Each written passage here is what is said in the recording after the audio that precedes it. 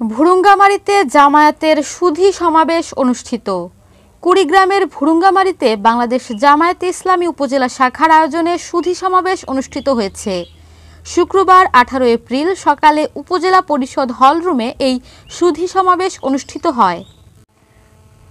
জামায়াতের উপজেলা আমির আলহাজ আনোয়ার হোসেনের সভাপতিত্বে এতে প্রধান অতিথি হিসেবে উপস্থিত ছিলেন কুড়িগ্রাম 1 ভুরুঙ্গামারী নাগেশ্বরী কচাকাটা আসনের জামায়াত মনোনীত আগামী সংসদ নির্বাচনের প্রার্থী অধ্যাপক আনোয়ারুল ইসলাম।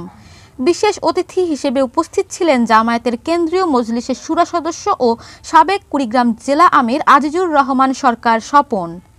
অন্যান্যদের মধ্যে উপজেলা জামায়াতের সেক্রেটারি অধ্যাপক আনোয়ার হোসেন, উপজেলা যুব বিভাগের সভাপতি আবু হেনা মাসুম, শ্রমিক কল্যাণ ফেডারেশনের উপজেলা সভাপতি তাইফুর রহমান মানিক, ভুরুঙ্গামারী সদর ইউনিয়ন জামায়াতের আমির মাওলানা মকবুল হোসেন, ছাত্র শিবিরের সাবেক কুড়িগ্রাম জেলা সভাপতি আবু জাফর, রাজশাহী বিশ্ববিদ্যালয়ের সাবেক ছাত্রনেতা অধ্যাপক হাফিজুর রহমান ও রকিবুল হাসান প্রমুখ বক্তব্য রাখেন। সুধী সমাবেশে বিভিন্ন শ্রেণী পেশার প্রায় 3 শতাধিক মানুষ অংশগ্রহণ করেন।